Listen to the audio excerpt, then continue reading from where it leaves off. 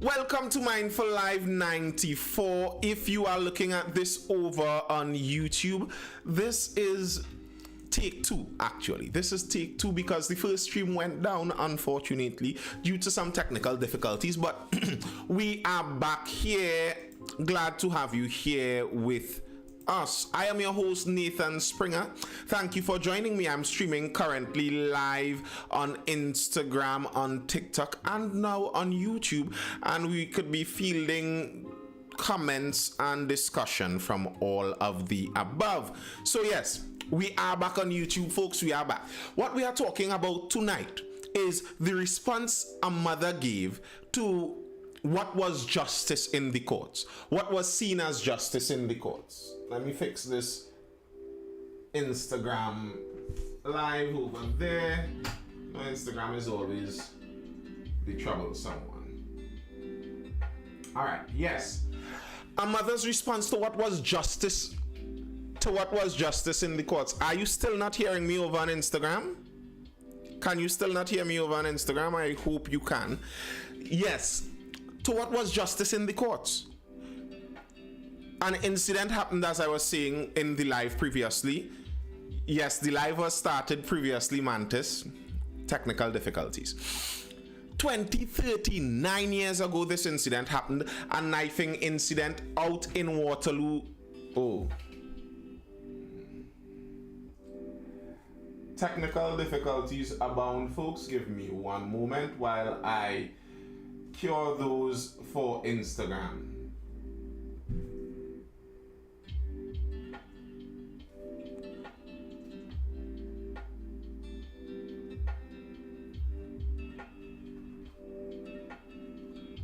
Grand. Instagram should be up and running. Good night, Charmaine. Ooh.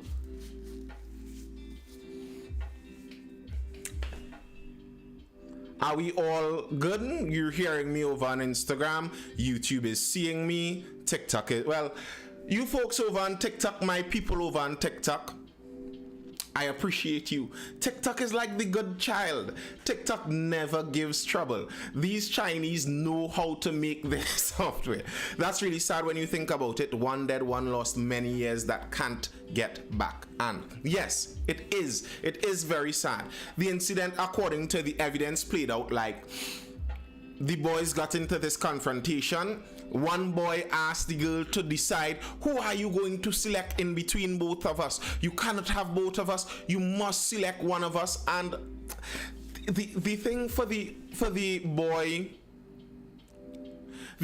boy who lost his life, it was unfortunate from so many directions for him, because he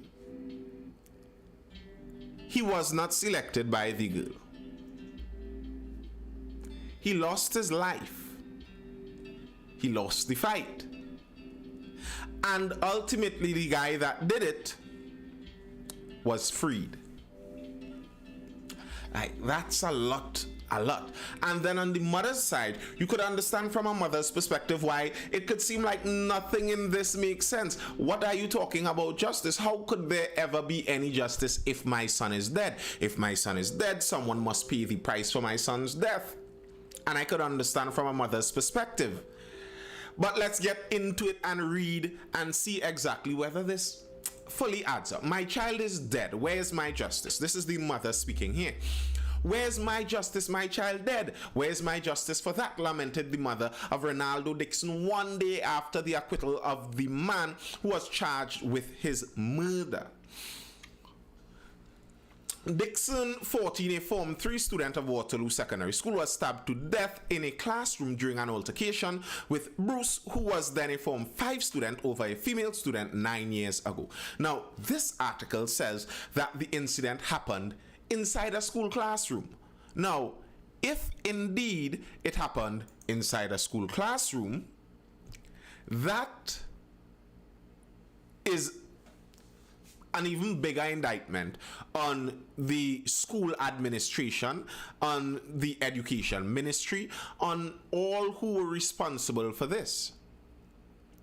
If it indeed happened inside a, like, you understand, inside a school classroom, How does that happen? And the judge noted in the case, I did a video on YouTube previously with this where I went through the story. The judge noted in the case that the boy who died also had a knife in his pocket. There were multiple knives in this incident. It wasn't just the aggressor who had a knife. The boy who died, a knife was found in his pocket too. All right. So the school allowed multiple people with knives on the compound, and then the school allowed those people to get into an altercation where one was able to use it on the other. Yes, the murder weapon itself was unaccounted for. The knife that was used for the killing was unaccounted for. So that's interesting on its own. Now, I want to go over to the Express to read their version of what the mother said, because there's a little more to it there. The fatal stabbing, right. When Bruce was acquitted, Tate said she ran out the hospital room and into a car. All right, double dose of pain. As Tate spoke to the reporters, her eyes welled up with tears as she said it was a double dose of emotional pain, as the verdict came on the same day marking the anniversary of the killing of another son, Ricardo, who was gunned down 3 years ago at Carson Field. Where is the justice for us? Where is my justice? The mother of 5 asked. So, she lost her son 9 years ago, and now, 3 years later, and not now, then 6 years later from that, 3 years ago, she lost another son. Both murdered. One, the murderer was never found. This one, she would assume, okay, they found the murderer. He was basically caught red-handed. There's no way he can escape from this. And he did. He was not prosecuted. He was released because it was found that what happened was self-defense. Let's go on. It was not what I was expecting. You took my child's life, but you are getting off free. What about my son? Nothing. He just lost his life. I have a lot of questions. I do not understand. She said before her son's death, she had not received one complaint from the school management about the behavior of her son, a Form 3 pupil of the Waterloo Secondary School, and she always attended Parents' Day when she was told that Dixon was a little miserable or loud. Tate, a mother of 5, said she is a single parent and she ensured that Dixon went to school, was clean and well mannered. Someone in the live, how old was he again? I believe he was 14 when he died. Someone in the live said gangster children. Now, I will not say that. I do not know the woman personally. I do not know the family. I do not know the boys. I do not know what was going on. I do not know the circumstances for me to make a judgment and say something negative about those deceased boys. And I will not do such. However, you could take just surface level facts, obvious things that you could look at and see obviously that 2 of them died. The stabber, I believe, stabber is such a... I don't know why I'm laughing, sorry. But the stabber, I believe, was 15 back then. 2 boys from the same family murdered, killed, homicides. And the mother is a single mother with 5 children. A single mother with 5 children. I don't think that is a coincidence. I think there may be some correlation there, and there may be some causation there. That is something to be noted. Someone, Cordell Golding 493 asks, how is it self-defense if the dead victim never even drew the knife found in his pocket? Self-defense does not mean both people must have equal amounts of force. Someone can put your life in danger with their bare hands. self-defense, he didn't need to draw the knife for it to be self-defense. In the ruling, the judge said that it was seen as self-defense because the young man who ultimately died was the aggressor, and not only did he initiate the incident, he prolonged the incident. Two standards the judge used. The judge said he initiated and he prolonged the incident. We are launching an investigation into the matter, and everyone has their own opinion. I think you do not know what we are talking about here, World Boss Manager, because we are not talking about any current matter that is being investigated. We are talking about a matter that has finished the course of investigation, and we now know for at least a legal fact, for a judicial fact, as factual as you can know in our legal system, that what happened was self-defense according to the legal system. So the reason the judge gave was that the young man who died, he was the initiator and the prolonger of this whole incident. And because he initiated and because he prolonged it, well, no problem, World Boss Manager.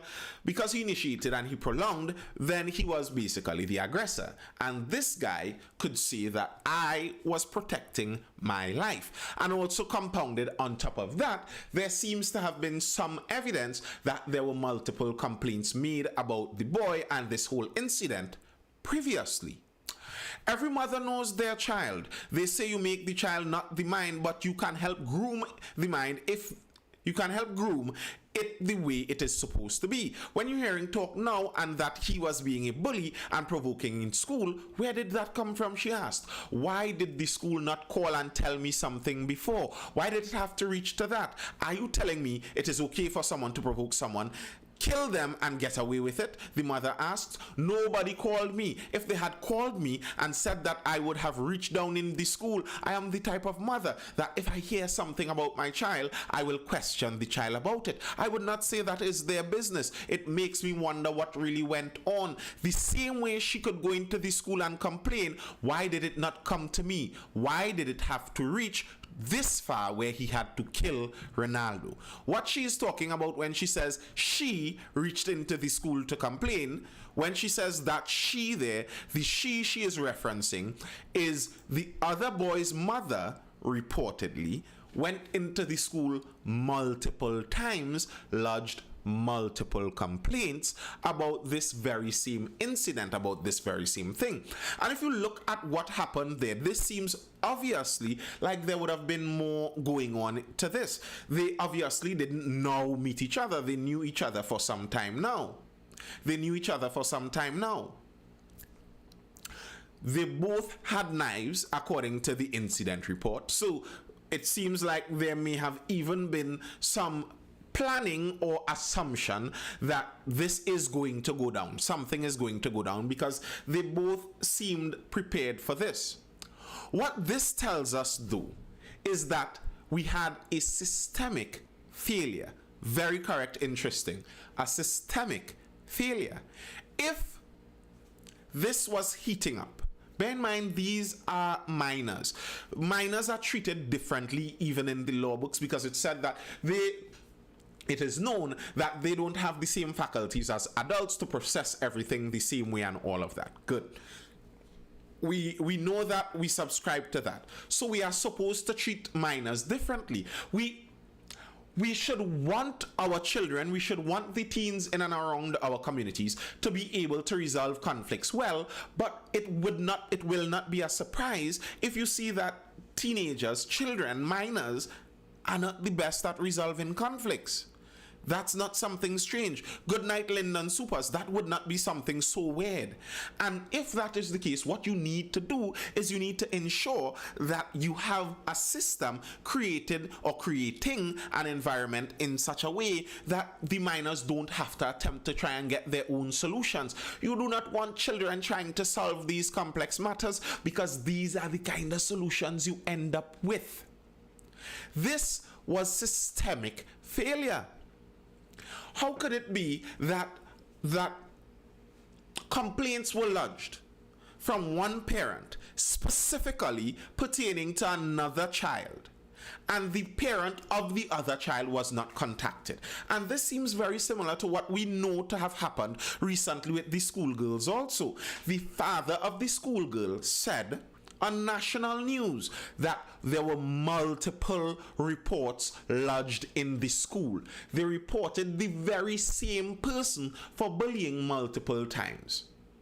How could that be that there were multiple reports for that and the parent of the other child wasn't aware and doing something to rectify this issue? Are we saying that we are now, what we need to do is keep waiting every time till the students decide that we are going to take these matters into our own hands, and then when we see obviously the decision that the students make on how to rectify their own issues, when we see that, then we go and punish the students and tell them bad students for doing whatever they did there. That doesn't make sense to me. This boy spent 9 years in prison. Although now he is free, he still spent 9 years in prison. I keep saying this, and I will keep saying it over and over and over. That does not make any sense legally. No way that makes sense legally to me.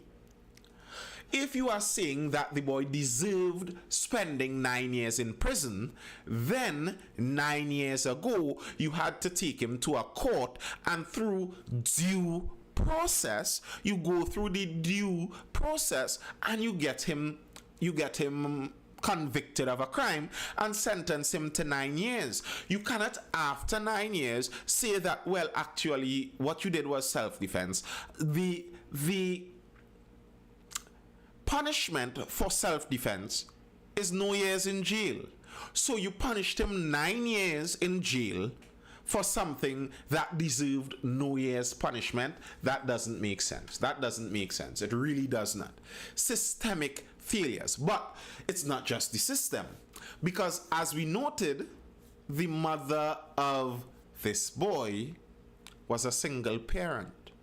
I also noted the parents of the girl in the schoolgirls incident where that stabbing incident occurred. The parents of the girl were separated too, so that was also a broken home. And if you look in most of these incidences that reach to the furthest level, that reach to this kind of drastic level where something so serious happens, how many of them, if you look at the cases, how many of them the children involved come from broken homes?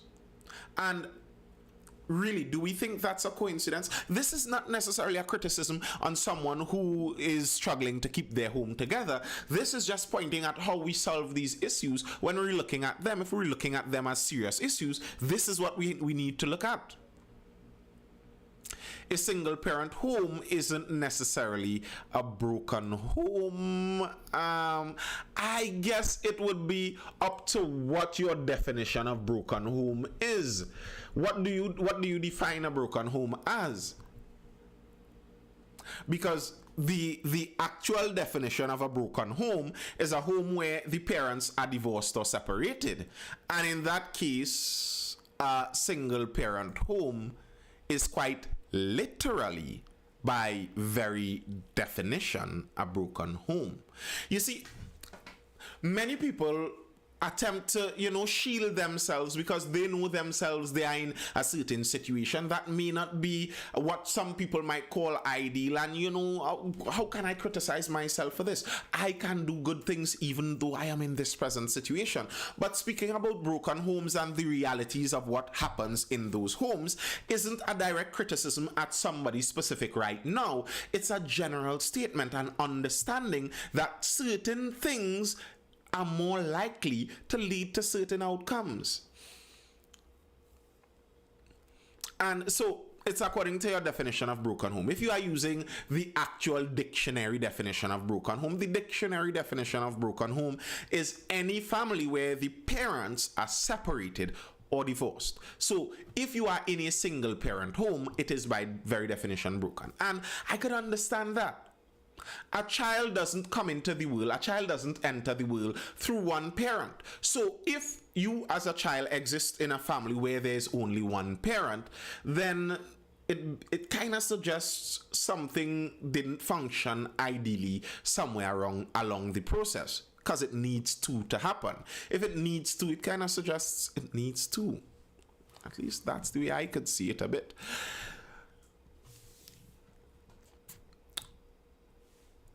So this is truly heartbreaking. When you look at the story, when you look at all of these facts here, it is truly heartbreaking.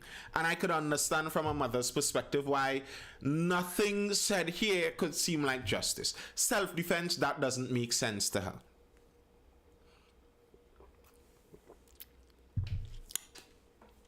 It's, in her mind, something else must have been able to be done. You didn't have to kill him. Even if he was being annoying, there was something else you could have done. And this is a lament.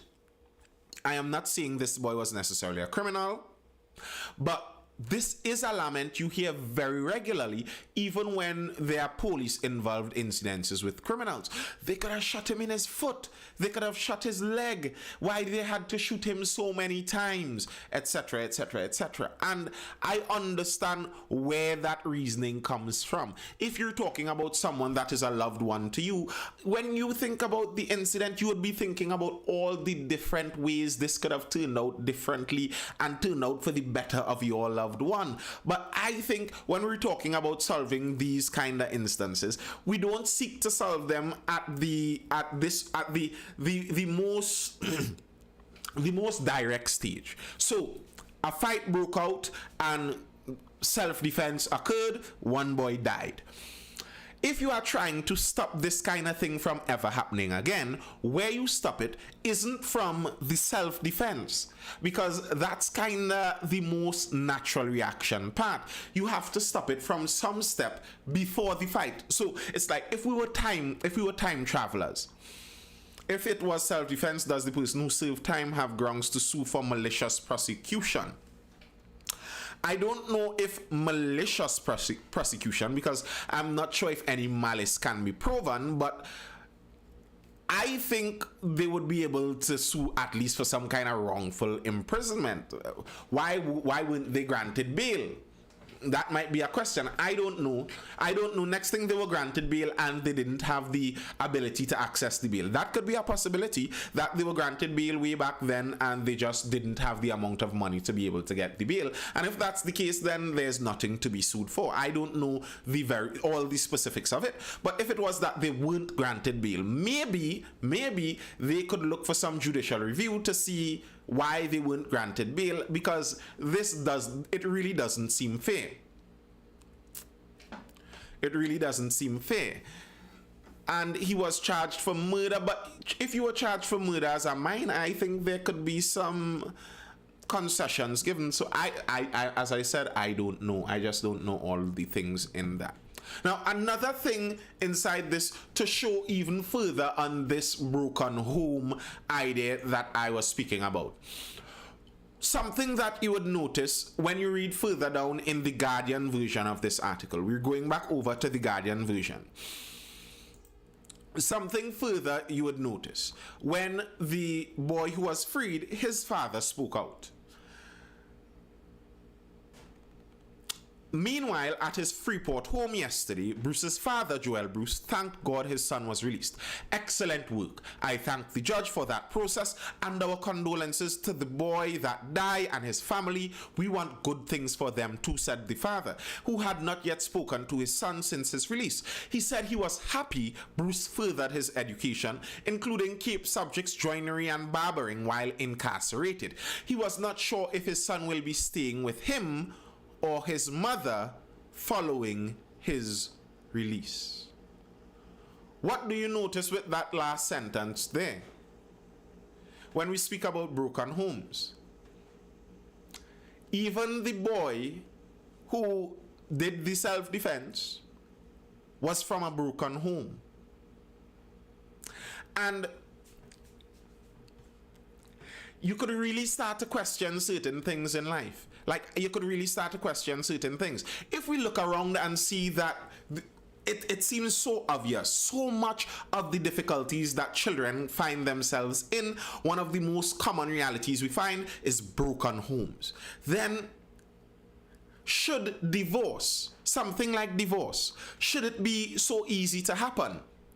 Isn't divorce in a certain sense attempted child abuse? Can it not be extrapolated to that? Divorce and separation. If you make a child with someone else and you separate from the parent, that is attempted child abuse.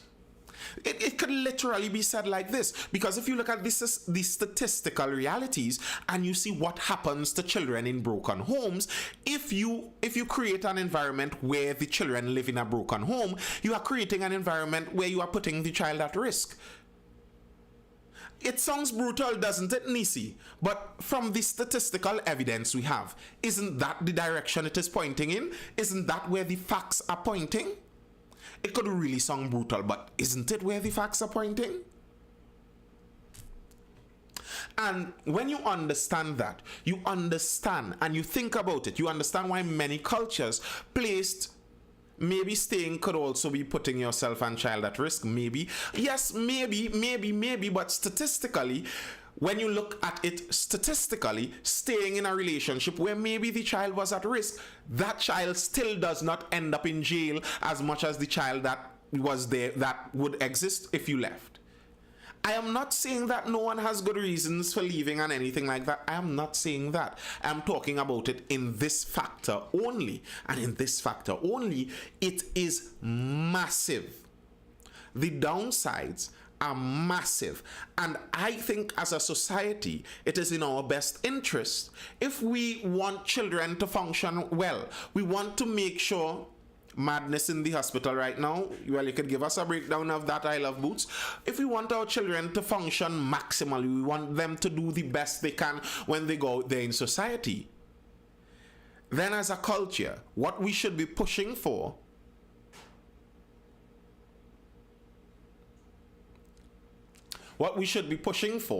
are whole homes. Nisi says there are broken homes within so-called wholesome homes.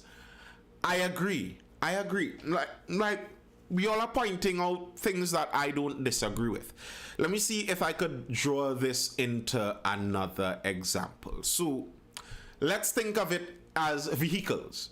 We're driving down the road and both vehicles are driving down the road. One is going 200 kilometers per hour. One is going 100 kilometers per hour.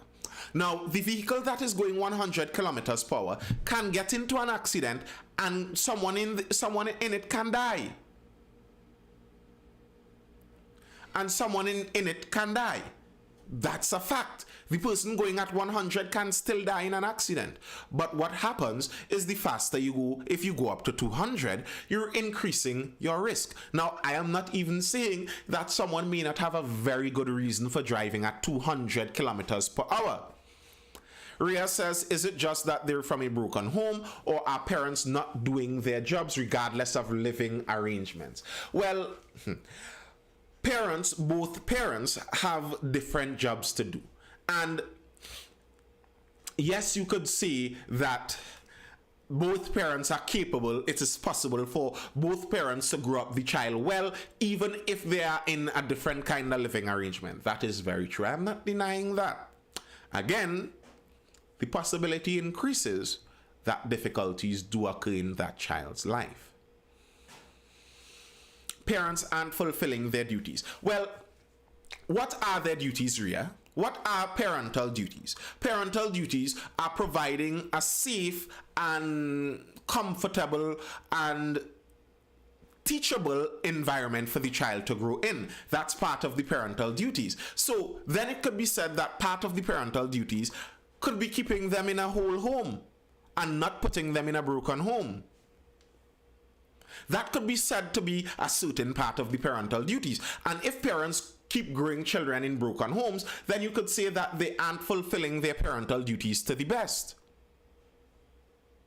Can that be said? Can part of parental duties be? Is it possible for part of parental duties to be providing a wholesome family for your child to grow up in? It would be more useful to look at the effects of broken home on children and how they correlate rather than declare the broken home the issue itself. Well, I've done videos on that before. The correlation is insane. Parents often only consider the physical, financial in terms of provision, but we also have to factor in emotional, mental, spiritual, etc., etc. Fully agreed, Ria. Fully agreed. But yes, I did a video previously on the effects of broken homes on children statistically. In jail, in prisons, the ratio of people in prisons who are from single parent homes is insane. It is insane. Difficulties in school, lower grades, nearly every negative area in teenage maturity and growth and progress is stymied or showed lower statistically from broken homes. But that's only one factor. Granted, that's not the only factor, as even in their parents who co-parent so well, who you wouldn't even know they're separated. That is very true, Nisi, and I think that's the just as I said, the parental duty, that's part of the... Yeah, I'm interested in hearing that, Boots. Don't worry, you could say what you want in the chat there, let it be known. But yes, that's what I'm saying, part of the parental duty. Can it be said that part of the parental duty is providing all of these situations for the child? And if you are not, then you aren't fulfilling the parental duty fully. But as I was saying, that's not the only factor. When we look at this specific case, when we look at this specific incident, it wasn't just that they came from broken homes. All these children could have been there from broken homes, but nothing could have happened also. And this is what I keep saying. In a society, yes, there are different areas that may lapse. It may not be ideal. We do not live in a perfect world. We do not live in a utopia. There are things that can lapse and okay, granted, fine. But if more things keep lapsing along the entire line, around the entire society, then you end up with mistakes that cannot be rectified. So here's what I'm saying. If there were broken homes and children struggling in broken homes, but they went into a well-functioning education system,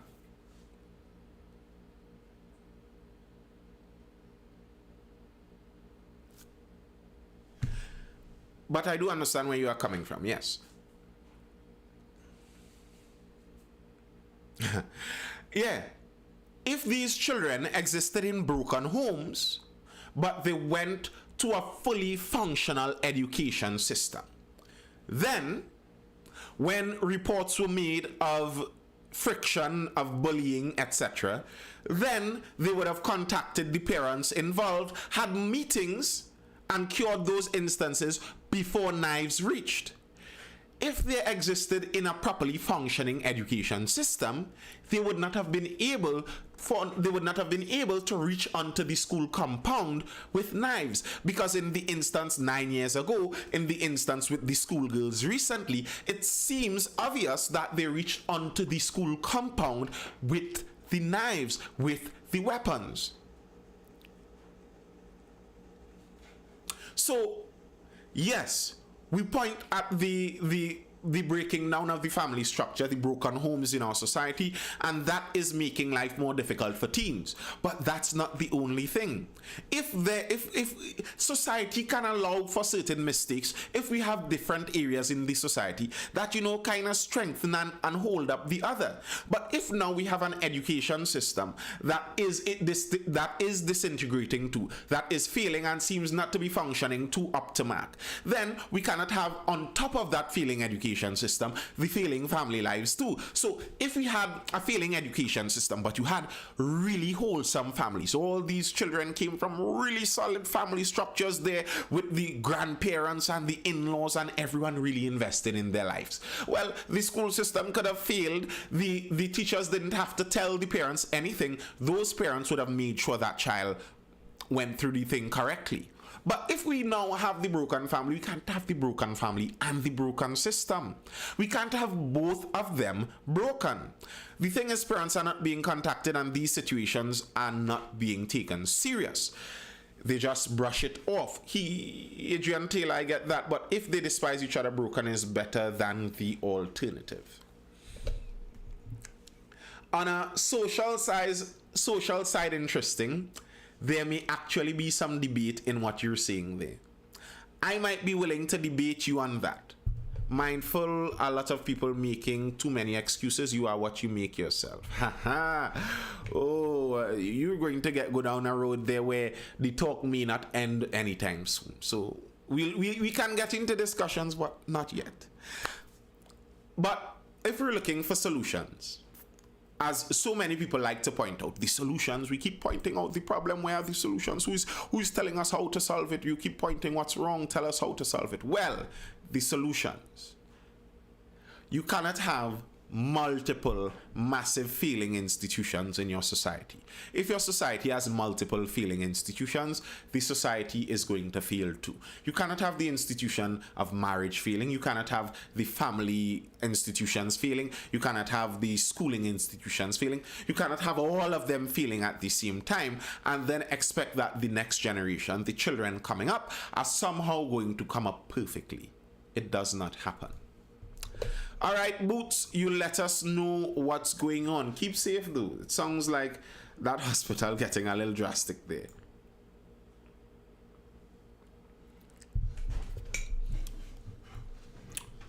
All right. Now, that's one of the stories I had for tonight. Now, bear in mind, as I let it be known recently, the format of the lives now, you can jump in and talk while the live is going on. If you feel like you have something to say, something to add, feel free, jump in and talk. It comes through now. We're trying to upgrade, we're trying to run properly here.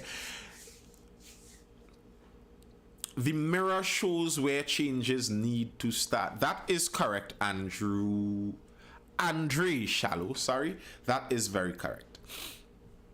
All right, the second story that we are going to get into for the evening has to do with the future, Bitcoin and cryptocurrency. And what do we think of that? Now, I explained Bitcoin before. I don't know how many of you fully understand Bitcoin. Let me see if I could give a brief idea. The general idea is that think of it as an online ledger. Talking your language here. Think of it as an online ledger. It basically says how much everyone is owed. If I owe you X amount, you owe this one X amount, and it's all stored online. So it's like, it does the function of money. That's the function of money. Money, you could replace money with writing IOU on a piece of paper and making sure you cannot copy the paper more than that and giving it to someone. That's what money does. There's no real value in the money itself. It represents something. It represents a transaction, an exchange. And that's basically what Bitcoin does also. And it does it online. It does it on something called a blockchain that makes it basically impossible to delete, impossible to fudge, impossible to change. All right, so that's the general idea of Bitcoin. People who really like the freedom business, they don't like the government getting involved in their business, the government dictating their peace and all of that kind of thing. Those kind of people regularly boast about Bitcoin and about where the future leads, because with Bitcoin, the possibility is that you can exist in a system where the government does not have control over your resources. You don't have to go to a central bank. And the problem with the central banks is they print money. Those central banks out in the United States, they print money, and by what they do, it is alleged by certain schools of economics that is exactly the thing that causes inflation, as we are seeing right now. Inflation isn't necessarily a natural phenomenon. Inflation is a phenomenon of the market, of the economy. If we're growing corn and tomatoes, etc. There's supply, demand, scarcity, etc. But inflation in the way that we have it, really a lot has to do with the difference in the supply of money to the supply of value. That's how inflation regularly goes. So if you have something where the US Federal Bank cannot print it, they can't just decide, well, there's going to be more Bitcoin now. They can't do that. There's a limited amount. There will be a limited amount. Well, you are free from them. That's the beauty of Bitcoin, and it's all online, so you can do all of this online without having that whole paper business following you around. But Trinidad and Tobago is not with it, apparently. Our minister in the Ministry of Finance shut down that Bitcoin question, the Bitcoin mining question. They shut it up. He shut it out the sky. None of that for us. Manning, Bitcoin mining not supported by government. Minister in the Ministry of Finance, Brian Manning, said the government is not supporting Bitcoin mining at this time. He made this statement in response to a question from independent Senator Amrita Deonarine in the Senate on Tuesday. Deonarine asked whether, in light of a statement on April 27, that the Trade and Industry Ministry is in the process of reviewing this country's legislative and policy framework to understand the possibilities for a cryptocurrency sector in TT, there was a timeline for the development of a policy framework on the matter and a timeline for the introduction of legislation in Parliament. Correct, Ria. Very correct. That is precisely what inflation is.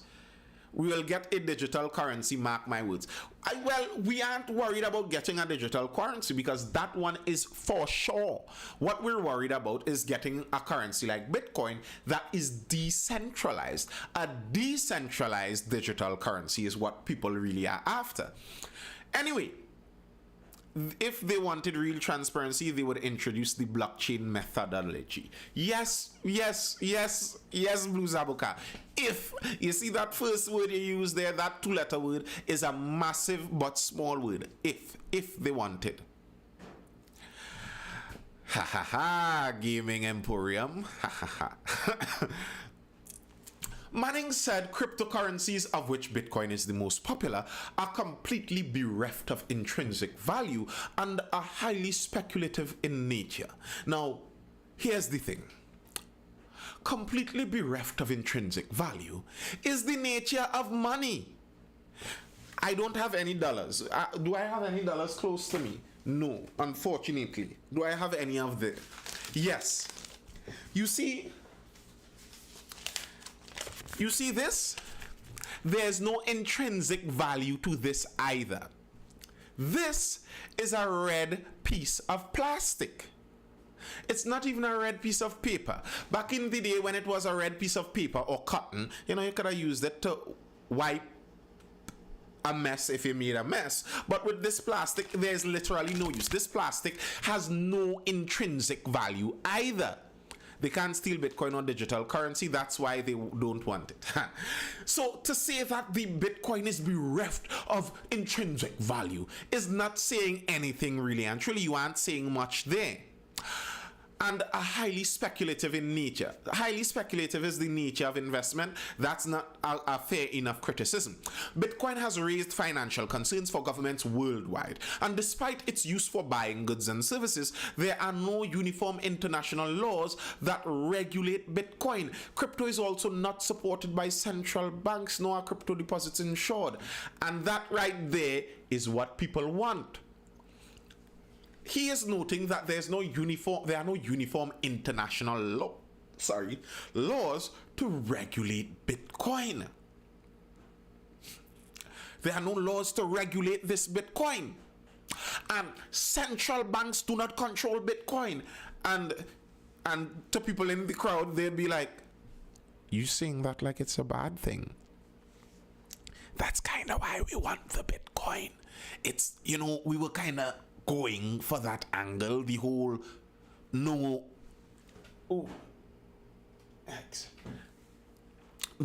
no government regulation and no central bank business. That's kind of what we were going for.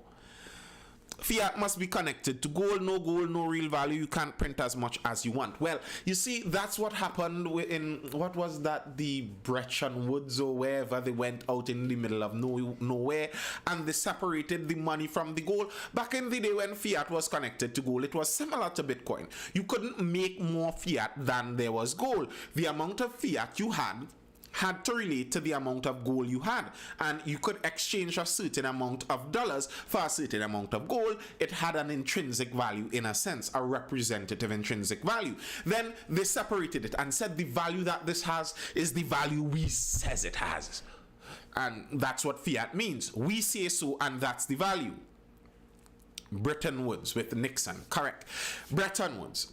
And but you see that same problem with the money to gold and the disparity happening there.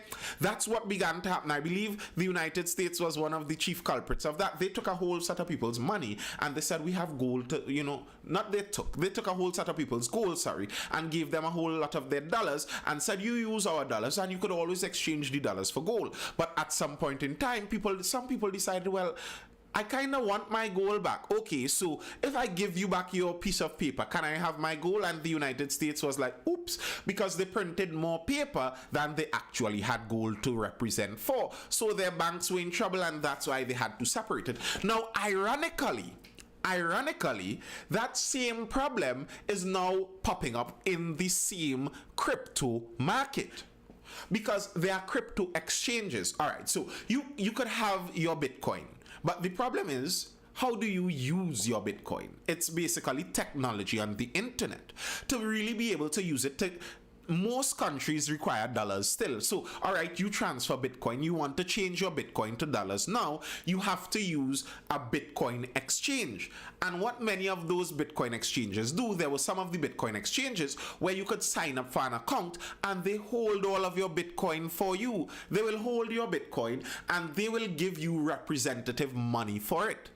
That's the very same trick the bank did with the gold. And recently, people found out that the very same thing was happening with their Bitcoin. When they wanted back their Bitcoin from the exchanges, they went to the exchange and said, okay, well, can I have my Bitcoin, please? The exchange told them, well, they put up a notice. Well, we have put a pause on trading of cryptocurrency for the moment. We have paused it due to protect our users, etc. Basically, they were running racket with your Bitcoin and they did not have your Bitcoin anymore. A lot of them are in trouble for it. So many people that thought Bitcoin was the solution to their problems found out that the problem is a human problem. It wasn't really a money problem. It was a human greed problem. So if you make mistakes even with Bitcoin, you still end up in the very same problem. But we're going on with what our minister in the Ministry of Finance was saying there. It's completely bereft of intrinsic value, just like the dollars too.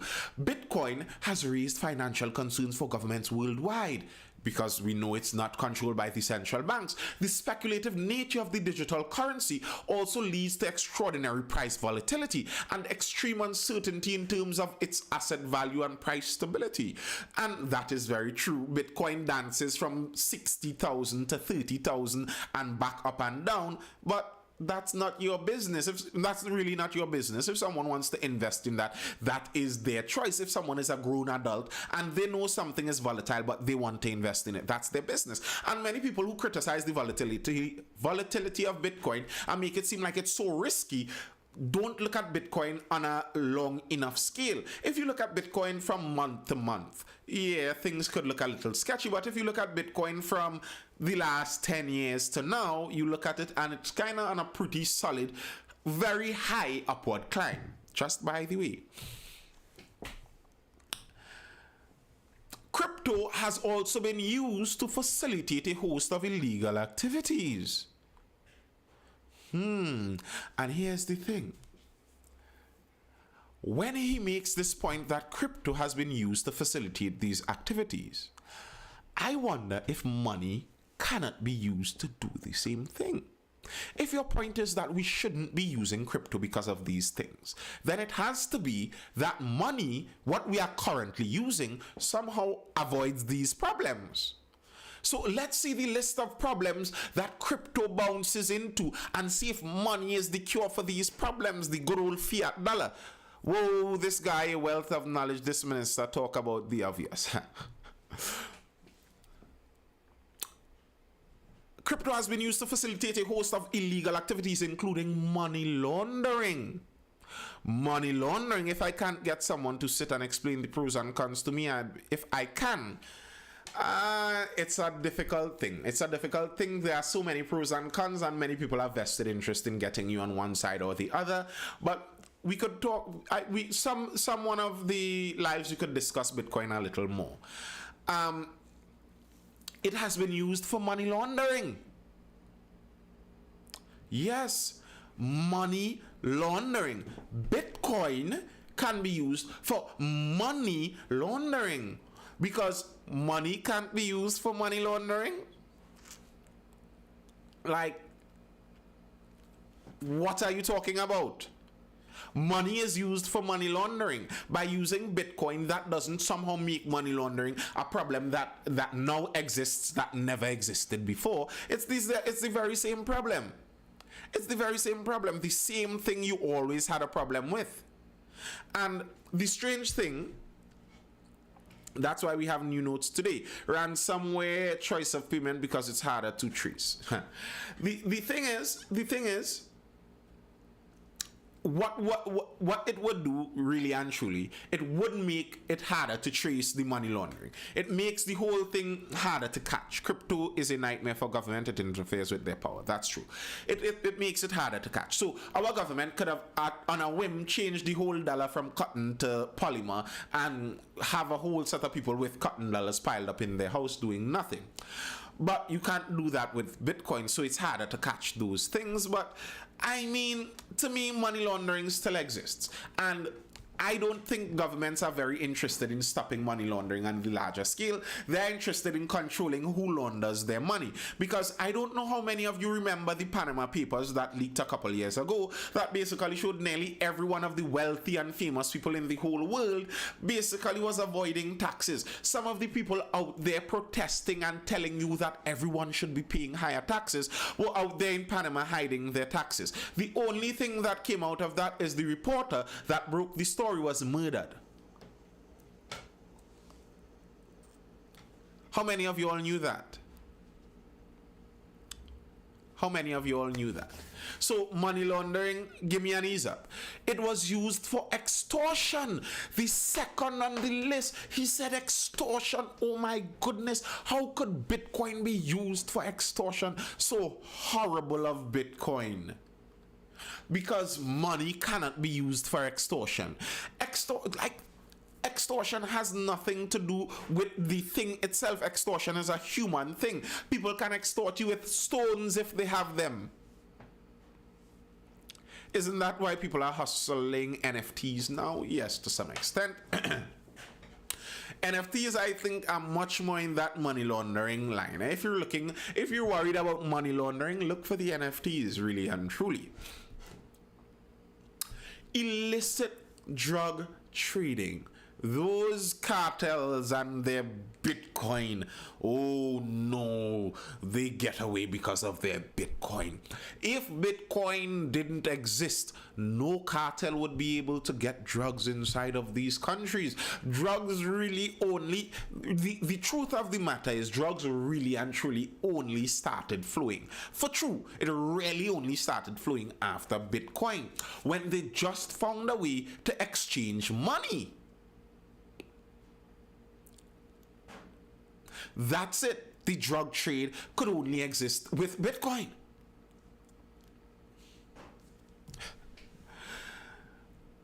Terrorist financing and human trafficking. Cryptocurrencies have already been banned or restricted partially or wholly in over 100 countries. Now, where it was banned or restricted, whether they banned or restricted it, doesn't negate it to me. That doesn't say it was a bad thing. You have to prove your point. And to me, nothing he said here proves the point. He went on to speak about the excessive and wasteful use of taxpayer-subsidized electricity involved in Bitcoin mining. And that's one of the main factors that many people like to point out, that Bitcoin uses a lot of resources in order to acquire it. Now, that is part of the intent of Bitcoin. Part of the very intent of Bitcoin is that they want it to use a lot of resources in acquiring it, and that way the value is basically in the resources that must be spent to acquire the Bitcoin. That is part of what makes Bitcoin functional, the high energy cost.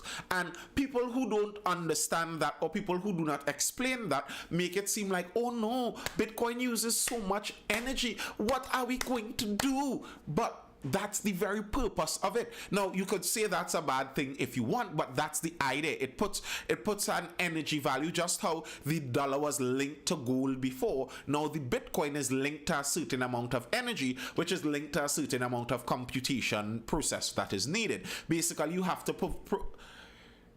perform a lengthy you have to figure out a lengthy algorithm on your computer that would take a long time and a lot of resources to do, and that's the only way you can gather more Bitcoin.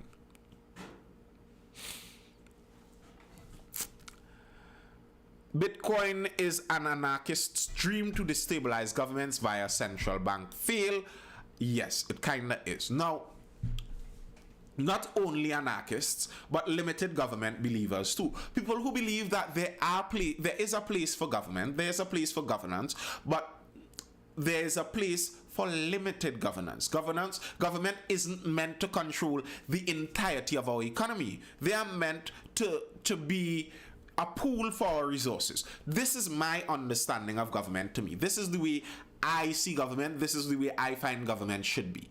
It should be, as it were, our community susu. We all pool our resources in the government here, and we select them because they are pretty good managers. They are able to better use our community susu, our community money, and spend it to do things that would help the entire community. That's my view of governance. That's my view of government, and that's how I think it should be run. I don't think the community susu should be turning around and determining everything to do with the community's finance. Utopia you talking about? Well, probably. And I am not denying the reality and the existence of human nature. I don't deny that at all. But I'm talking about my belief in what our government is intended to do. And if I had a say in pushing towards a direction, and I do, and what I do say and promote, that's the direction I am going in. Now, this is pertinent. This is actually pertinent in the direct case of Trinidad and Tobago, because recently, that I believe was around 3 months ago, there was a mine that was intended to, they had intention for starting a mining project in Trinidad and Tobago, a Bitcoin mining project. I can't remember if I spoke about it in the live, but I did read the story. I remember reading the story. Bitcoin mining farm Trini Mine in the works for TNT. This was from April 15th. Setting up a Bitcoin mining farm requires several specific elements, and luckily TNT has them all. Most of us are familiar with financial transactions involving checks and credit cards from financial institutions such as banks, which all need to be verified by the institutions. The same applies to transactions using cryptocurrency. However, the verification process of traditional transactions is undertaken centrally, while that of cryptocurrency is decentralized. We know that. Bitcoin mining farms are globally distributed data centers using computing power to validate transactions of the Bitcoin blockchain protocol. This investment provides TNT with the opportunity to become a new player in this new technology arena. The Bitcoin blockchain is by far the largest cryptocurrency blockchain, with a market capitalization value at around US $900 billion and 200 million transactions a year. TNT has available the core elements of power capacity, a competitive electricity price, and available infrastructure at Tamina Tech Park, said Professor Jean-Frédéric Mognetti. These three characteristics are the key drivers that will allow TNT to make a paradigm shift to participate in a new world economy. The project, called Trini Mine, will be a large data center with a capacity of 300 megawatts and an investment of US $500 million.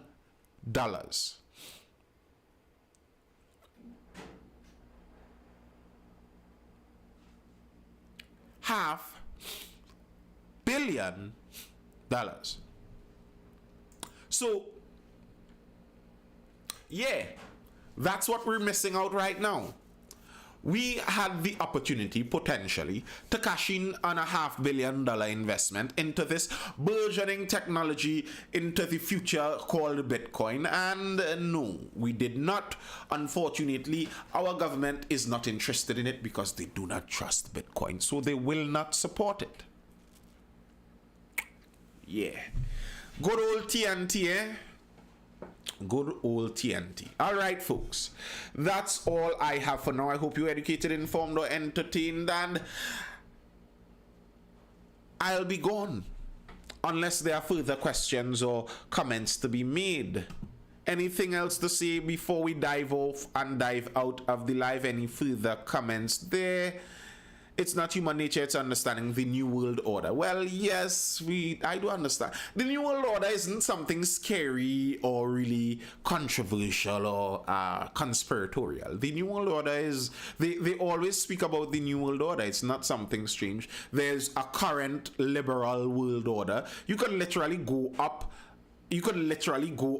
on the you could literally go up on websites on the WHO and WEF and see them talk about the liberal world order, and they're looking to change the liberal world order and create a new world order. That's literally what they mean. Do a night on the movie What is a Woman? Haha. Learned a lot and it was fun as usual. Thank you, Andre Shallow.